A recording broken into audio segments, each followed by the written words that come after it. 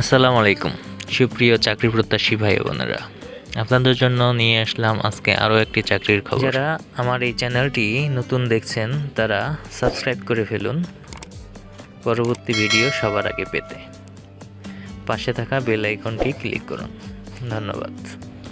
কন্যা প্রজাতন্ত্রী বাংলাদেশ সরকার সামরিক ভূমি ও ক্যান্টনমেন্ট অধিদপ্তর প্রতিরক্ষা মন্ত্রণালয় থেকে নিয়োগ বিজ্ঞপ্তি প্রকাশ করেছে।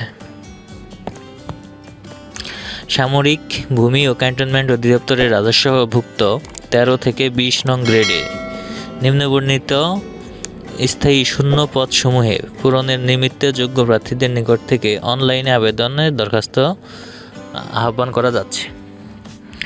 পদসমূহ: ক্যাশিয়ার গ্রেড 13 পদের সংখ্যা 1,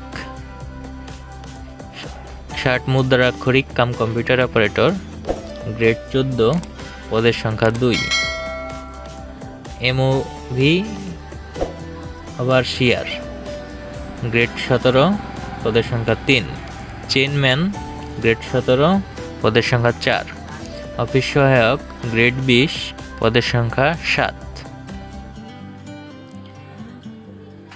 প্রার্থীর বয়স 1 ফেব্রুয়ারি 2025 তারিখের মধ্যে সর্বোচ্চ 32 বছর হতে পারবে।